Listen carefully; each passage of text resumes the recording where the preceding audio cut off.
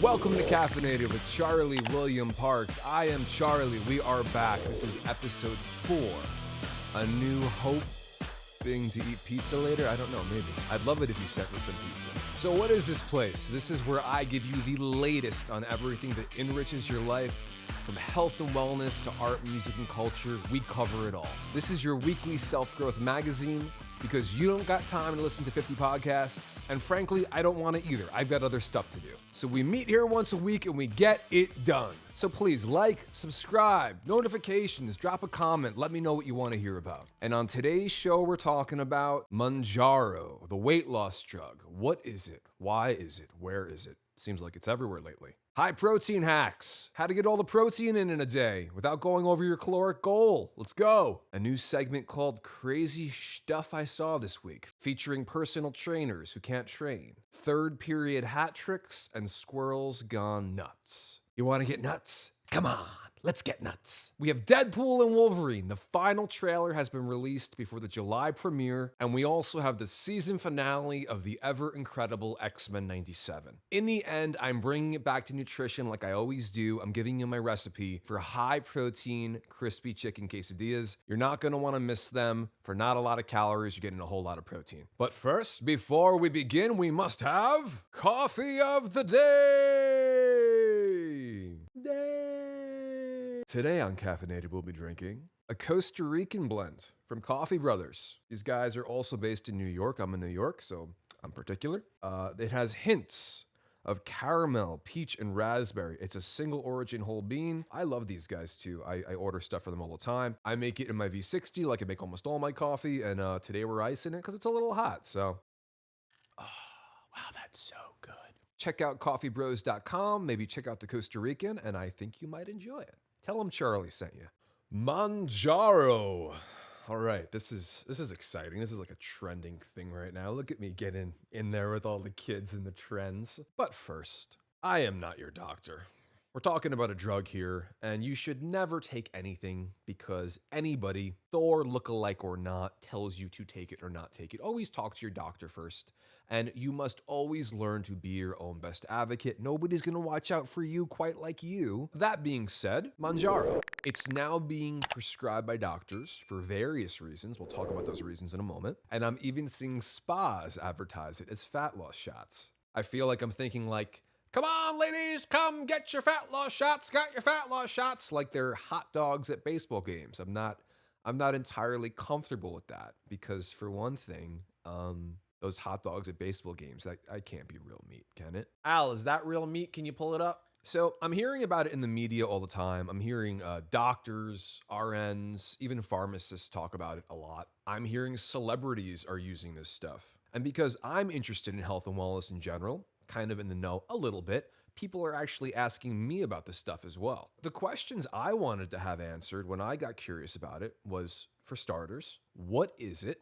More importantly, how does it work? What are the disclosed side effects that we're hearing about? And maybe even just as important, what's kind of the anecdotal stuff that people are saying who are already taking Mounjaro? What are they experiencing? The other thing that I find very important to me, and maybe you as well to talk about, what are the other implications of something like this, like a fat loss drug like this? What are the implications we may not be thinking of immediately? And that's coming again from more of a health and wellness perspective when we're talking about fat loss. We already know being obese is unhealthy, having to do with mortality rates, things like that. That has nothing to do with body positivity, totally different thing. So what does this trending drug have the ability to do to our lifestyle and habits? So again, I'm not your doctor. Those guys get all that schooling when I refuse to cut my hair or frankly take out my earrings. But I am going to talk about it a bit in layman's terms for you. And even if you're not considering taking it, you may be like me and find this kind of thing interesting. I do find it interesting. So what is Mounjaro? Mounjaro.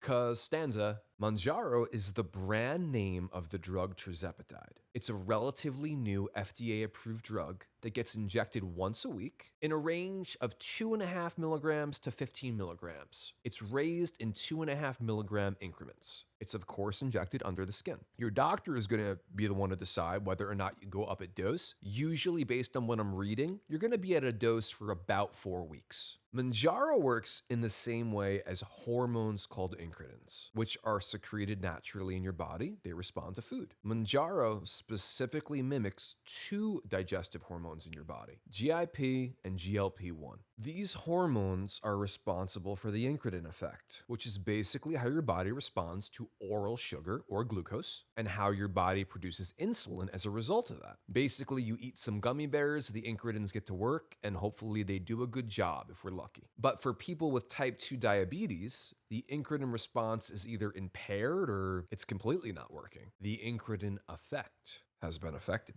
And that's where Mounjaro comes into play. Mounjaro stimulates the GIP and GLP-1 receptors, causing your body to produce more insulin, which in turn helps your body bring down and break down the blood glucose. Insulin helps move glucose from the blood into cells, where it can be used for energy, exercising or whatever, or stored for later use. Insulin also helps the liver and muscles absorb glucose, and it converts excess glucose into glycogen. Glycogen is something we've talked about in other episodes as well. That's your muscle's preferred way of storing glucose, which the body can use for energy later. So basically, Mounjaro, or tirzepatide, by helping your body create more insulin, helps regulate blood sugar more effectively.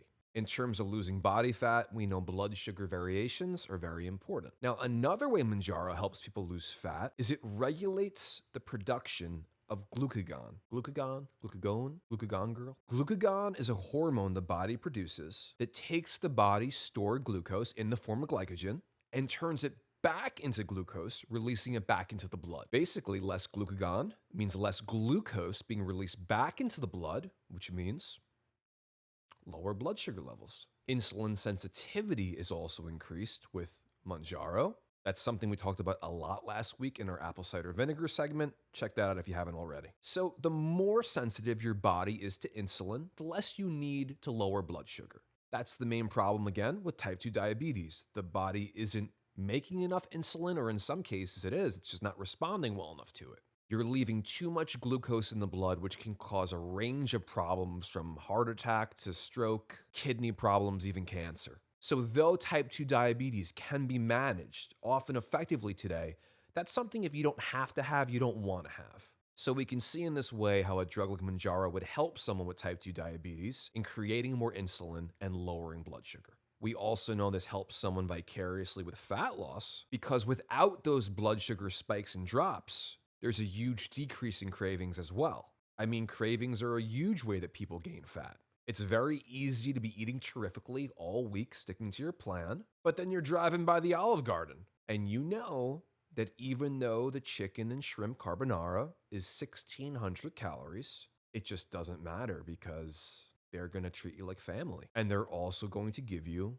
an enormous amount of breadsticks for free. Even I am not giving you breadsticks for free, and I'm great. So there goes your macros for the week, Fargan Bastages. I'm just kidding. I actually haven't eaten an Olive Garden in like 20 years, but anything carbonara sounds amazing to me. I remember eating that in Italy. That was like, holy cow, that was good. However, I have digressed again. Another way Mounjaro helps you lose fat is it delays gastric emptying.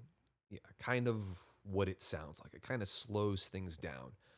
I mean, basically the food you eat is staying in you longer. A little gross, but you know, the things we'll do to have abs like Ryan Gosling, I guess. So because of the gastric emptying slowing down, you're already going to want to be speaking with your doctor if you're going to consider taking a drug like this.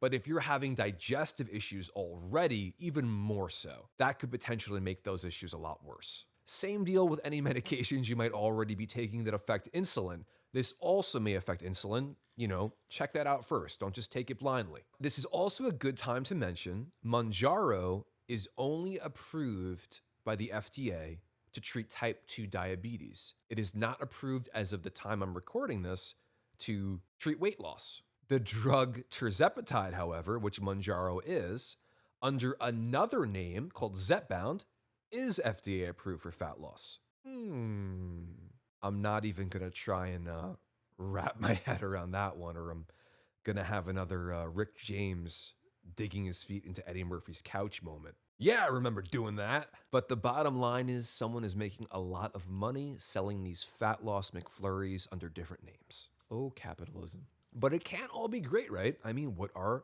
The side effects of Mounjaro. Costanza. Well, to name a few that I read about, it looks like it may affect birth control effectiveness, and it also may affect a fetus as well.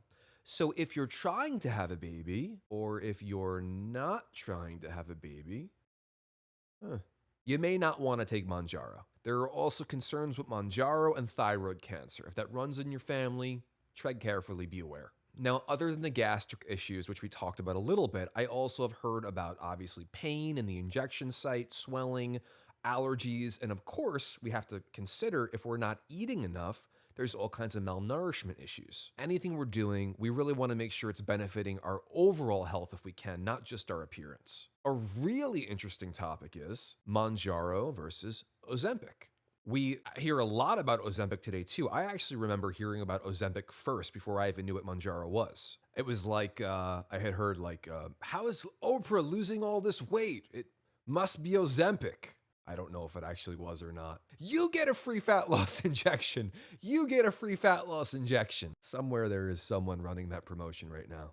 You're welcome. So it does look like Mounjaro is more effective than Ozempic, at least in the fat loss category. The conclusion seems to be because Mounjaro works on the GIP and GLP-1 receptors, and drugs like Ozempic seem to only work on the GLP-1 receptors. This, by doing more, may be why Mounjaro seems to be helping people lose more weight. Maybe one drug is better for you for other reasons when it comes to fat loss. I don't know. I have heard, though, from other people I know who've taken these drugs that Mounjaro seems to be better than Ozempic.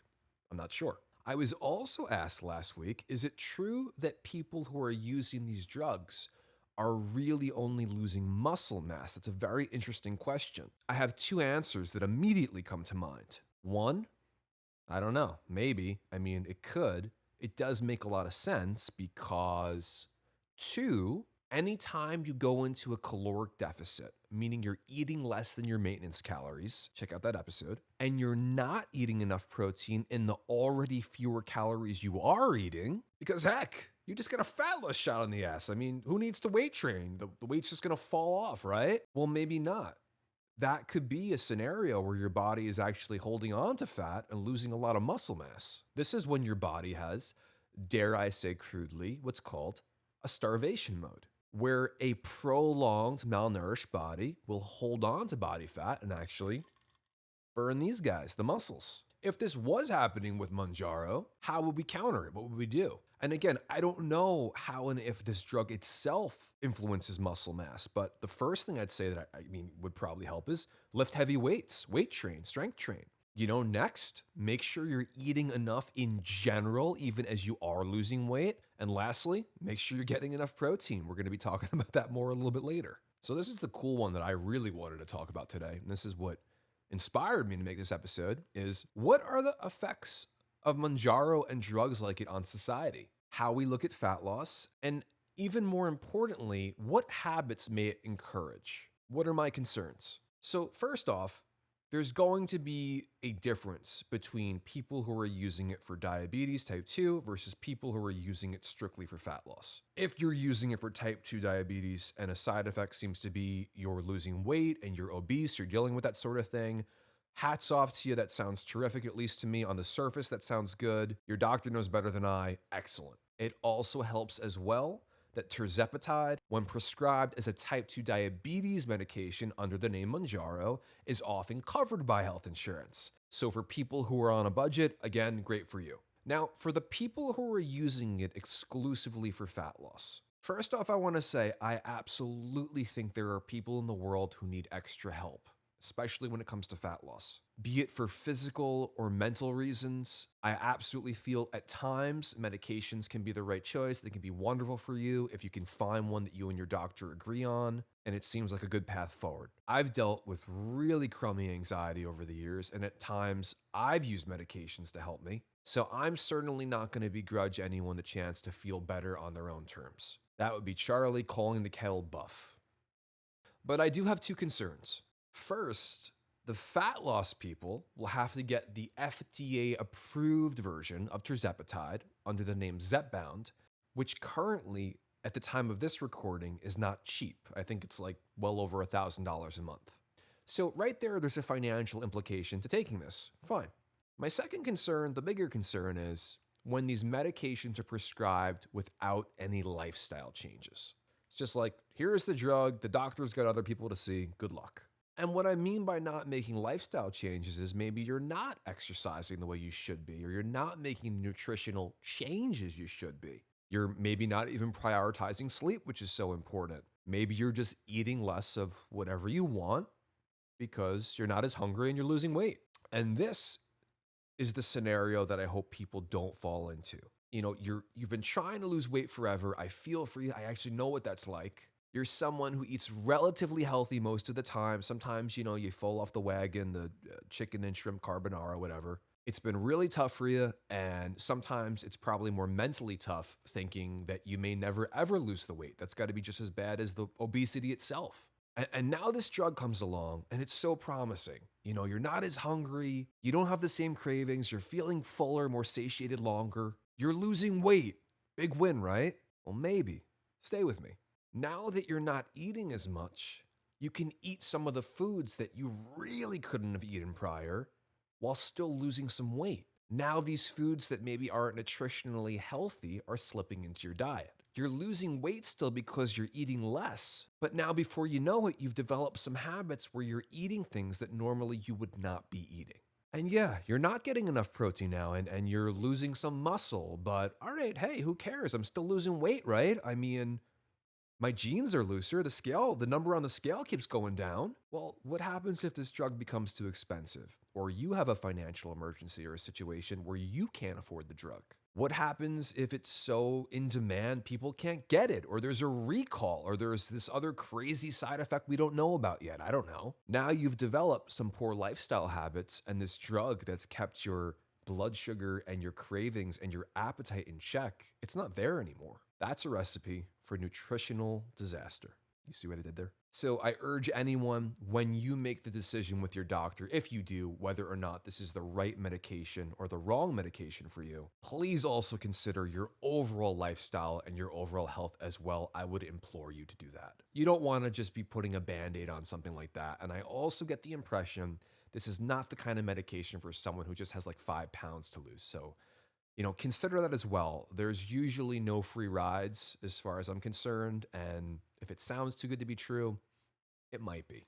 So those are my thoughts on Mounjaro. It sounds like a promising, exciting new drug. I certainly hope it helps a lot of people with type 2 diabetes and suffering with obesity. I hope it does wonderful things for them. Please let me know your thoughts about it. Have you taken it? Do you know anyone that's taken it? Let me know your experiences. Let me know in the comments. I'd love to hear from you.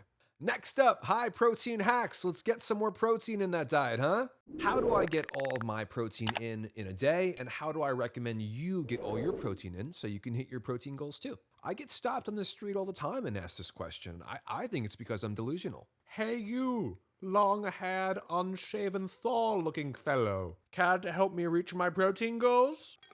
Yes, of course. So we're going to hit it all here today. I'm going to give you some general rules and some tips and tricks as well. We'll go over a myth or two. But first, like most segments on Caffeinated, as you get to know me, I like to start with a why. Like, why do we want to eat all this protein in the first place? Why do we want to prioritize protein? Well, first off, what are proteins? Proteins are molecules that are built up of amino acids. So if you remember in our episodes when we talked about taurine and creatine, we talked a little bit that those were byproducts of end amino acids that were actually not directly responsible for making protein.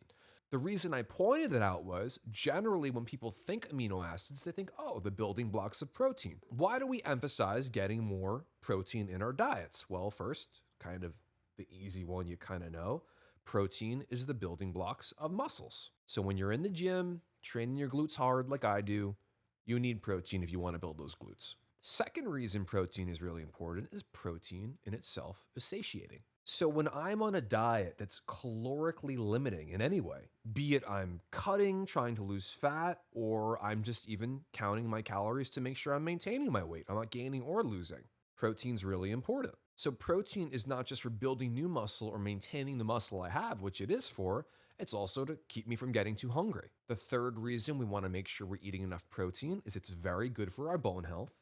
Now, the fourth one is a really big one. Protein can help us actually speed up our metabolism because of the thermic effect of food, TEF. This begs the question we hear sometimes, are all calories created equal? Well, yes, a calorie is a calorie is a calorie. And we are either gaining, maintaining, or losing weight based on our consumption of those calories versus how many we're burning. That being said, it actually takes energy to digest food.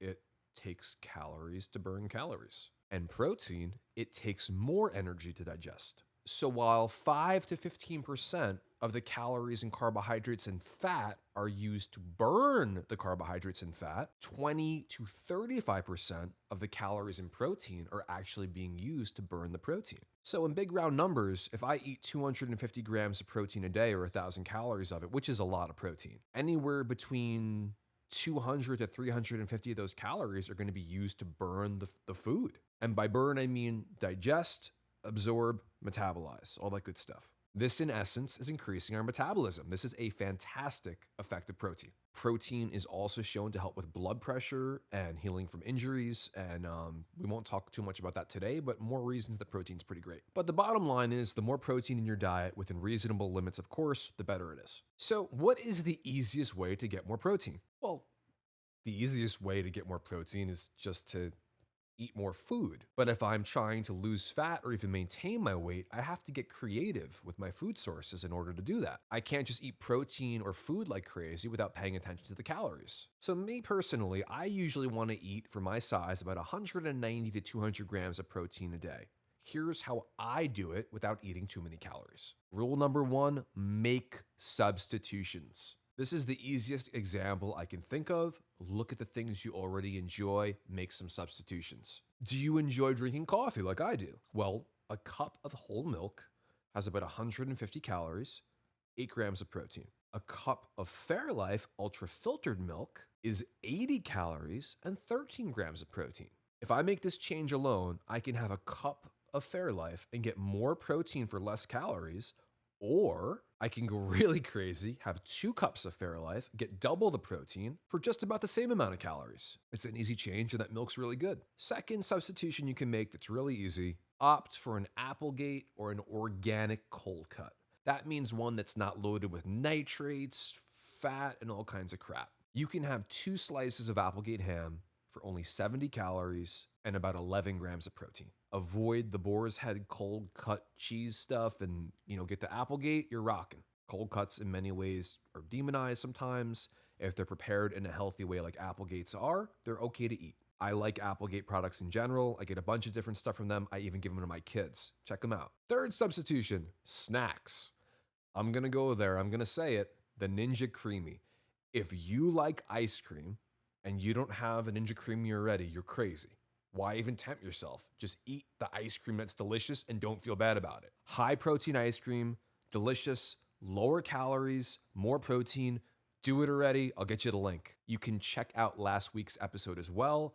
I give you my high protein cookies and cream Ninja Creamy recipe. That's the one I have a variation of, or the one I eat almost every single night. Fourth substitution, to egg or egg white? That is the question. If I'm going to make breakfast for myself, and let's say I would like to have 2 eggs, that's in the neighborhood of about 100 grams of egg or 150 calories, figure about 12 grams of protein. Not terrible. Eggs are healthy foods. I eat eggs. But what if I want more protein or more calories to spare or some variation of the two? Well, if I have 1 egg and 150 grams of egg whites, that's more food right there. That's more volume for the same calories, more satiation, feeling fuller. And now I'm getting almost 23 grams of protein, right? Almost double the protein for the same amount of calories. Great choice. This doesn't mean you can't eat whole eggs. I eat whole eggs, but if you can mix in egg whites too, even in my baking, I love to use egg whites in my baking. You're getting more protein for less calories. Do yourself a favor, at least try it. Sometimes having fewer egg yolks and more egg white, you don't even taste the difference as much as you think you will. So again, more protein, less calories, because eggs have a good amount of fat in them, which brings us to our second rule. Emphasize protein and carbohydrates in your diet. Eat fat, a healthy amount of fat, but not too much. Why? Well, in very broad brushstrokes, we know that protein helps build muscles, carbohydrates help fuel our muscles and our bodies, and fats, among many other things, hormonally help keep us in a good place. Now, it's much more complex than this, but I like to look at it like a car. If your body was a high performance vehicle, which in some ways it is, the protein is the structure of the vehicle. The carbs are the fuel for the vehicle, and the fats are really everything else the vehicle needs to run as well as it can, be it, motor oil or windshield wiper fluid. It's the air and the tires, I don't know. I recommend, especially if you're flex dieting like me, first determine what your protein goal is, which is safely about a gram a pound of body weight. If you weigh 200 pounds, 200 grams of protein. Even if you get a little less than that, you're fine. That's more than enough. Once you've determined how much protein you should be eating, you can then determine the minimum amount of fat that you need. This is to maintain hormonally a healthy balance and also consider your dietary preference as well. The minimum amount of fat you're going to want to be eating is going to fall somewhere between 0.25 to 0.4 grams per pound of body weight. That's not a ton of fat. That's not a lot of calories. The idea is make sure you're at least getting that and eat more if you'd like. Lastly, everything else you want to be eating can be carbs. Me personally, I love emphasizing protein and carbs and eating a little less fat. The reason is, for every gram of protein and carbs, it's only 4 calories. For fat, a gram is 9 calories. It's much more calorically dense. So basically, 100 grams of protein or carbs is 400 calories. 100 grams of fat is 900 calories. The reason I emphasize protein and carbohydrates more than fat?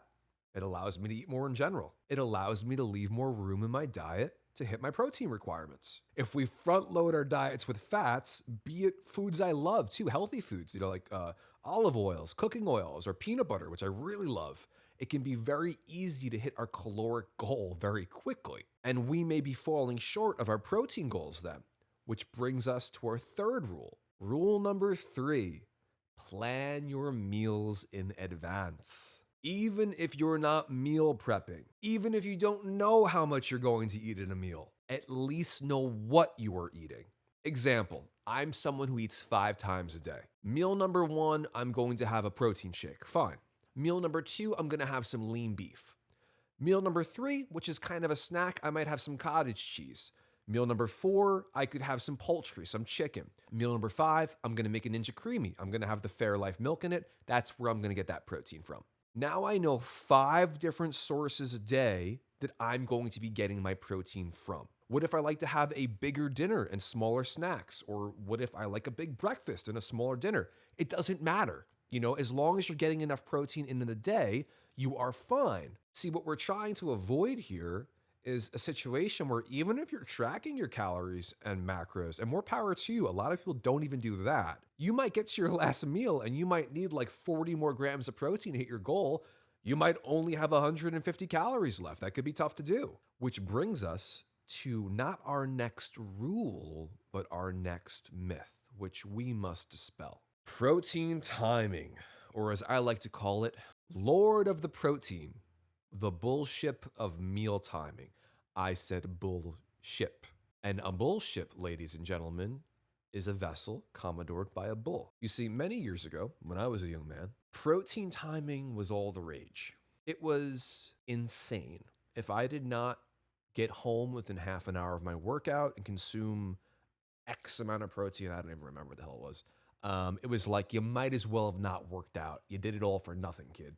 Okay, so the long story short is, this is some grade A baloney, like boar's head. The only time you need to consume protein pretty quickly is if you say you fasted overnight, you woke up, you trained fasted, and now you haven't had protein in your body in, 12, 16 hours, something crazy like that. I know this because I intermittent fasted for a long time, and I did just that. I don't intermittent fast anymore because it doesn't suit my lifestyle, but we're going to do a whole episode on intermittent fasting. Really interesting stuff. Now I consume about 5 meals a day and I eat protein all throughout the day. And again, whether I get my post-workout meal 20 minutes or an hour and 20 minutes after my workout, the science says it really doesn't matter all that much. Don't make yourself nuts. In my experience, I actually think your pre-workout meal of consuming protein and carbohydrate before you train is actually a lot more important than your post-workout meal to begin with. So let's sum it all up for you here, all right? Number one, make better food choices. Include substitutions to make it easier for you to get more protein. Number two, do not eat an unnecessary amount of fat where you're not leaving enough calories to hit your protein goal. And number three, track and plan your day out as far as macros go so you don't end up at the end of the day with like, a whole lot of protein left to eat, not a whole lot of calories to do it with. And again, do not buy into the bull commodored vessel that you must eat X amount of protein within 20 minutes of your working out. Otherwise, the anabolic window will close. In actuality, the only window closing is at McDonald's at 10:31 when I just ordered 43 sides of sausage and a Diet Coke to hit my protein goals, and they've just stopped serving breakfast. Well, joke's on them. I have nothing else to do today, so I'm going to sit in my car and wait here in the drive-thru line until they open the next morning for breakfast. Losers. That's how I get enough protein in my diet. That's how I make it happen every day. Let me know in the comments how you get enough protein in your diet, and who knows, maybe you have a hack for me. Maybe I'll use it in another episode like I came up with it. I don't know. It's hard to come up with all this content. I could use a hand. Time for my refill. Next up on Caffeinated is a little segment we like to call Culture and the Arts. Aren't we elegant? Well, why do we talk about culture and the arts in a health and wellness show? Well, because your health is more than just what you look like, and it's more than what you eat. It's trying something new, it's enrichment, it's laughing, it's just finding some stuff that betters your life and contributes to your overall health. Hopefully stuff that makes you feel good. There ain't nothing better for your health than feeling good. So we're trying a new segment today. Dealing with culture might even make you laugh a little. It's called Crazy Schtuff I Saw This Week. I'm saying stuff because you get it. On this segment, I'm going to tell you all the crazy stuff I saw this week, either in health and wellness or culture or the arts or just frankly life around me that made me frankly shake my head and be like, what the heck's going on here? First off is a fun one. Personal trainers. Oh, how I love personal trainers. It's funny. Every once in a while, you'll see someone in the gym doing something absolutely nuts. You'll have the people grunting like they're Maria Sharapova. You'll have the people coughing like they just smoked a few packs of Marlboros. I don't know. But my favorite is people who choose to flail their bodies around like they have no idea what they're doing. And it's probably so they can lift the heaviest weights possible. That's fine. It literally looks like you just caught a fish and it's wiggling for its life. And you want to, you're trying to hold the fish and the fish is wiggling. You're trying to get the hook out of its mouth so you can throw it back in the water and, not make it a big fishy bloody mess. And that's one thing because people don't know what they're doing or they're not really educated on how maybe to properly lift weights. But then personal trainers get involved, and this is where it gets fun. That's where I stop getting polite and things start getting real. The real world, personal trainers. What the stuff are they doing? So I've seen in many, many years at the gym some really good personal trainers. I have. But lately, I'm seeing a gentleman who's either letting his clients flail about, making fools out of themselves, or looking in a completely different direction. And of course, in the spirit of Caffeinated, I do have questions. One, does the trainer have any idea what they're doing? Meaning, does the trainer understand how resistance training works? Does the trainer understand the process of muscle hypertrophy? Let's say they do. Most likely a resounding no, but let's say they do know how this stuff works and kind of what they should be doing. This brings me to my next question. Does the trainer actually care? Is the trainer just phoning it in today? Perhaps they, unlike me, loser, missed last night's episode of Vanderpump Rules, and they don't know what's going on with Scandival, and I do. So they're eager to figure it out, and they're not paying attention to their client. Shame on them. You should be tuning in. But let's even suspend our disbelief a little bit further. Perhaps they didn't miss last night's episode of Vanderpump, and they do care. Number 3. Is the trainer afraid if they train their clients properly and they get in shape that they won't need them anymore? Are they purposely sabotaging their clients' progress? Do you think, Al, that we could zoom in on me for that one, that when I'm talking about the sabotaging the client's progress? You not? All right, sorry. So that was some crazy stuff I saw when it came to personal training. The next bit of crazy stuff I saw this week was in my own home, in my own living room. You see, I have a 2-year-old, and beautiful and smart as he is, he's once again proven that he's got a little more upstairs than his old man. He's proven he can outsmart me again. When I bought baby gates for the house, I thought I, the adult, was limiting my child's movements. I also thought my movements would be unencumbered. I was wrong. I didn't realize kids could open these things around 2 years old. I also didn't realize that adults like myself could trip over them at any time. And much to my chagrin, when I was going upstairs, I got stuck on the gate. And my 2-year-old son had seen this, and he came over to me, kindly, like a gentleman, and said, "Don't worry, Dada," and opened the gate for me so his dad could pass. How nice. I didn't know he knew how to do that. In fact, I don't even know the purpose of a baby gate. If the baby knows how to open the gate, and the adult, I use the term loosely, is falling all over the place. Now that I continue to lose the battle for the house, I will be investing in some much higher tech baby gates. Because what my son has in brain power, I have in financial resources. Or just an Amazon account, really. I want a baby gate that has perhaps fingerprints or a retinal scan to open. Maybe we'll even incorporate some, big words that he can't say yet in like a password. That would be fun. I am sure I will still trip over the new baby gates that I purchase, but perhaps my son will be limited by them as well. And that would be a win. I thought I was going to get at least a couple more years out of those baby gates. Outsmarted again. We've been getting outsmarted by a kindergartner. The next bit of crazy stuff I've actually been watching on Netflix. I don't necessarily recommend you do. There's a show called Baby Reindeer, starring and created by Richard Gadd. My sister texted me. She was like, "Hey, you gotta watch this show, Baby Reindeer. It's great. It's so uncomfortable I had to turn it off." And for some reason, I thought, oh, that's a great idea. I want to watch that. It would be fun. And then it kind of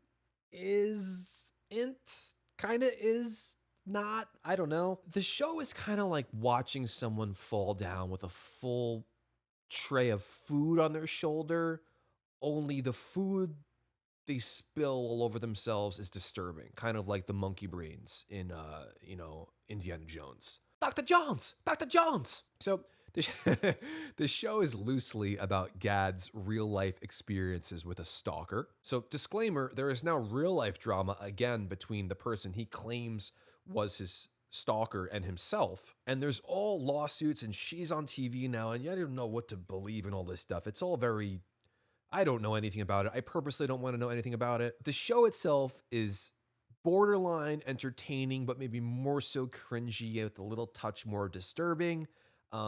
Will I watch more episodes of it? I don't know yet. It depends on how well I sleep at night, I guess. Maybe. I really wanted to mention the show because I wanted to know if you were brave enough to watch the whole thing.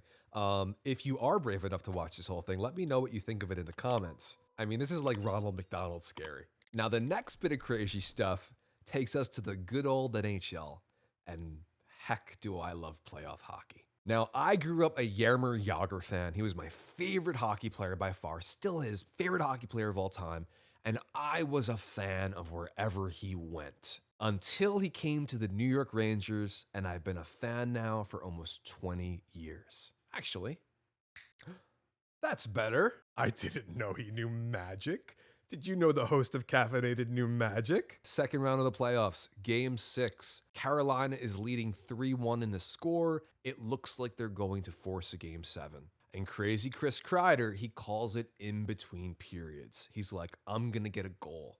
Well, he was wrong. He got 3. He gets a third period hat trick. Only Mark Messier and Wayne Gretzky have done this before in the playoffs. To the joy of my beautiful wife, I screamed so loud I woke the whole family up. It was like Christmas morning, and because I'm so unselfish, I wanted the whole family to share in my joy. I felt reminiscent of David Puddy at the New Jersey Devils games. Only I was in my home, shirtless, yes, but not wearing face paint. Anyway, I love hockey. I love the NHL playoffs. Let's go Rangers. But whatever happens, I hope the NHL playoffs continue to be this exciting and this entertaining. But a third period hat trick to close out a team, man. In alien news or UAP news, there was a sighting at LaGuardia Airport here in New York a few weeks ago. A mother had taken a video as she was coming into LaGuardia with her daughter of a UFO, one of these Tic Tac UFOs. Other people saw it too. When you looked at it in real time, it looked like a bird was just flying past her camera screen. But upon slowing down and zooming in, it looked like one of these Tic Tac UFOs. Now, if you're into this UAP stuff, they're not UFOs anymore. They're UAPs, unidentified aerial phenomena. The Tic Tac one is the famous one that the retired Navy pilot Dave Fravor came out about. And that's the one that videos have been disclosed of as well. So I don't have too much on this one other than I saw the video. I mean, it looks legit to me. I'd love to know what you think of it. Do you believe? Do you want to believe? Is it a UFO, or did, some kid drop a Buzz Lightyear toy out the plane window and it just went past the lady's camera? I mean, I don't know. That is some crazy otherworldly stuff. And lastly, in the spirit of wild things, I love animals. I've had everything from sugar gliders to Chinese water dragons. But when it comes to animals, I draw the line at rudeness. One of the reasons I appreciate Hannibal Lecter is he only ate the rude. I'm not saying it's right to eat people, but if you're going to eat somebody, I mean... My wife and I have had an ill-willed squirrel frequenting in our backyard. And this is a particularly rude squirrel. Backstory as well, I recognize this squirrel. This is not a first-time occurrence. This is the squirrel that opens my pumpkins every year on Halloween. And whether I've carved Thanos or Chewbacca or a self-portrait like I did last year, he mercilessly eats my pumpkins. He opens the top, pulls it out, and he looks back at me as he's doing it. He taunts me. It's not right. He's not even wearing a costume. It's Halloween often or close to. And last year, he actually took a few Reese's that I left out for the kids. That's not a joke. The squirrel came and took the Reese's for the kids. So Halloween ill-willed squirrel, that was strike one. Now lately, this squirrel, same guy, has been coming into my backyard and chomping up my rug. He's eating the rug, he's biting it, he's bringing it back to his nest, I don't know. And it's not only rude, because the rug belongs to me, not him, but it's like messing with my backyard aesthetic. We have this kind of tranquil vibe going, my wife and I. We finally got the neighbor to stop leaf blowing 25 hours a day. But now I've got a half-eaten rug. And there's nothing tranquil about a half-eaten rug. I'm gonna buy a new rug, but that's strike two. Now, little Christopher Moltisanti. I'm sorry, Michael Imperioli. I don't know why I named him Christopher Moltisanti Squirrel, but I did. That's just the way the ZD falls. Grandma's not coming to dinner, you know what I mean? A few days ago, little Christopher Moltisanti Squirrel is clinging to the screens outside the windows in my den. He's looking in on me as I'm making dinner. He only does it when I cook, not when my wife cooks. That's a whole other story. So I wanted to say it on camera, little Christopher Moltisanti Squirrel. You are so close to strike three. You keep chewing up my pumpkins, eating my backyard furniture, and you keep trying to eat my homemade chicken shrimp carbonara. You keep messing with me. You keep messing with me and you're going to end up like Adrian. You keep messing with me and you're going to end up like Adriana Squirrel. So funny. Adriana Squirrel. That's the crazy stuff I saw this week. Everybody but Christopher Moltisanti Squirrel. Let me know in the comments, what crazy things did you see this week and how may you entertain me as well? I want to hear from you guys. Seriously. All right, next up we have Marvel Mutant Madness. Deadpool and Wolverine, the final trailer has come out before the July premiere, and we also have our extraordinary X-Men 97 finale on Disney+. I am so excited for all things X-Men. I actually have a fun idea. Let's see if I can make this happen. I've done it before.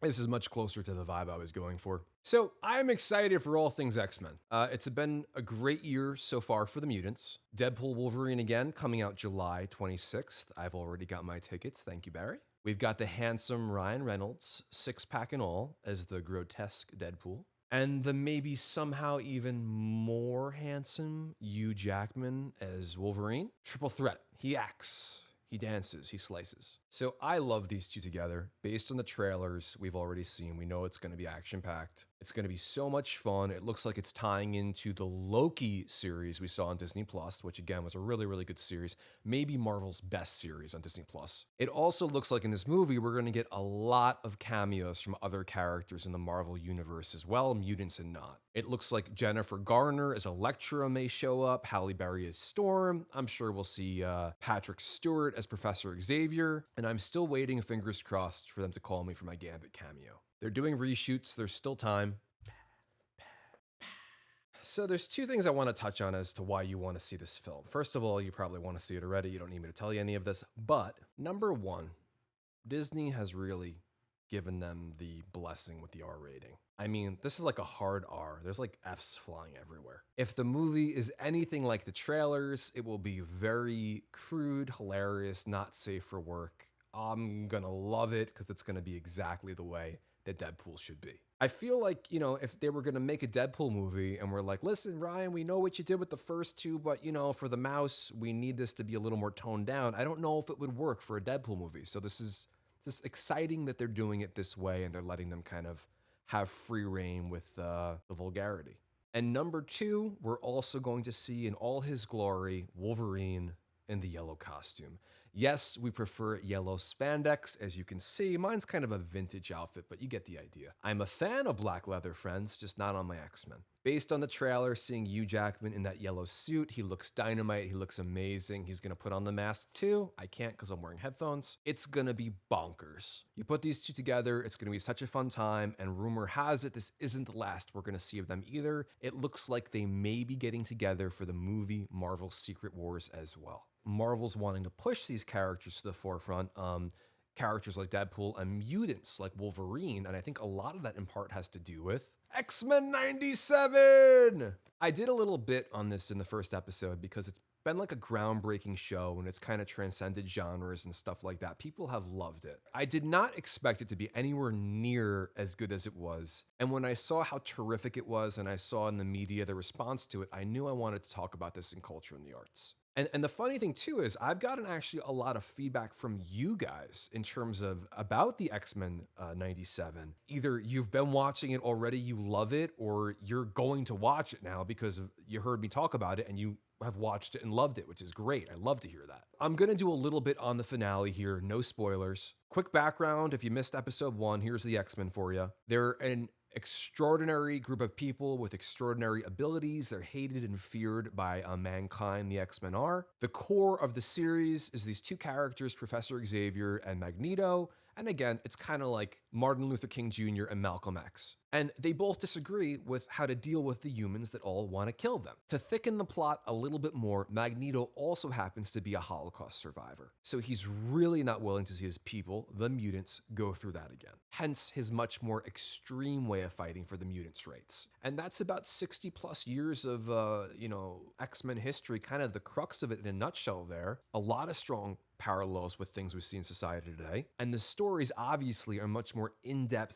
intricate, and exciting than that, but that's kind of to give you an idea of where this all comes from. So X-Men 97 picks up right where the original animated series left off in 1997. It left off on a cliffhanger. And the show has since been nominated for Breakthrough Drama Series at the Gotham TV Awards. Rightfully so. It's fantastic, it's gripping, it leaves you on the edge of your seat. Episode 5 was a real tearjerker. And you can watch it with your kids too, because it's animated, they love it, it's not so heavy, my son loves it. So no spoilers again, but they just released the season finale of this show, and I can't believe how well they stuck the landing. I mean, to be honest, this sounds terrible, but I don't really like animated stuff usually. I have the nostalgia from my childhood, but that's kind of it. I mean, I've heard there's some really good stuff out there, and I'm sure because I have kids, I'll watch more and more of it with them, but it's usually not my thing. I mean, I could barely watch live action TV. I watch an episode or two and I get bored. Last great TV I watched that had me from episode to episode on the edge of my seat, probably like Ozark and House of the Dragon. New season of House of the Dragon next month. I love Matt Smith and Emma Darcy. We'll be talking about that. So this X-Men show is just great.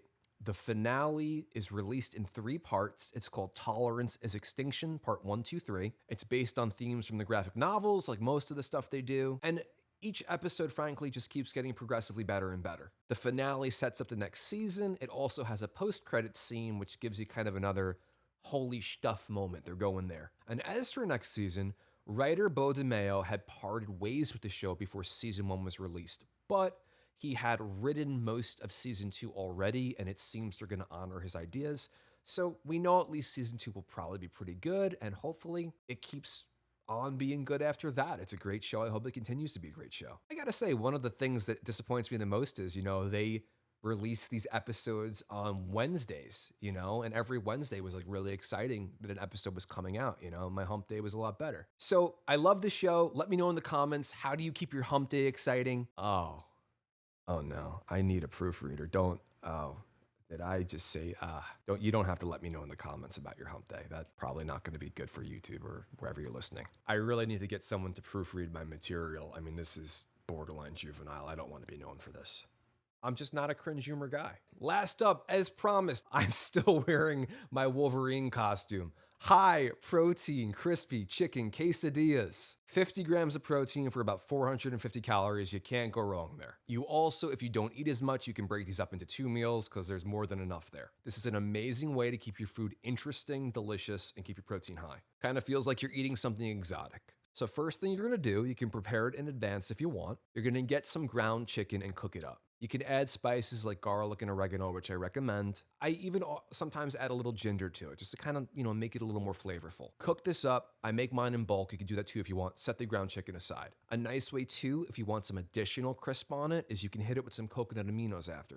Those are also really, really good. You'll get some flavor from the coconut aminos. You get some browning as well. So your chicken is made, it's aside. The next thing you're gonna do is you're gonna heat up your pan, and while you're heating it up, you're gonna mix up 1 egg and 100 grams of egg whites. Mix that up, pour it in the pan when it's hot. Now we're gonna lay a carb-balanced flour tortilla on top of the egg mix. You're gonna let it cook for a bit until you can lift it with the spatula. Once you can lift it, you're gonna flip it. You now have a much thicker, much tastier protein tortilla. Again, it tastes really good, and now it's loaded with protein. Now you're gonna take the chicken you made earlier, you're gonna lay about 3 ounces of it on half the tortilla. You're gonna take a 1/4 cup of reduced fat Mexican cheese, lay that on top of the chicken. Let it get melty on top of the chicken, and you're gonna pull up half of the tortilla and kind of sandwich it like a taco now. Let it cook for a minute, flip it over, let it cook and brown for like another minute again. Now you're gonna plate it, you're gonna cut it in half. Hit it with a few tablespoons of a low-fat sour cream. Hit it with some salsa. I love to chop up some cilantro, put that on top of it. I'll take a lime. You can squeeze a whole lime on it. It's going to be really good. This recipe is nuts. It's delicious. You're getting like 50 grams of protein for about 450 calories. And again, you can probably even make 2 meals out of this if you want to. All right, that is our show for today. I'm putting my claws back on. Next week, we're going to talk even more about health, wellness, art, and culture. Supplements, diet plans, music, life hacks to enrich your life. Remember, health and wellness isn't just how you look, it's how you feel too. You're into that stuff, I'm into that stuff, so this is the drug you've been looking for. Please subscribe, like, comment, notify, and let me know what else you want to hear about. Leave a review if you can. I'd love to hear from you. At the very least, subscribing will let you know when episode 5 comes out. And please know you are appreciated. I appreciate you. I'll see you next time. Thank you so much.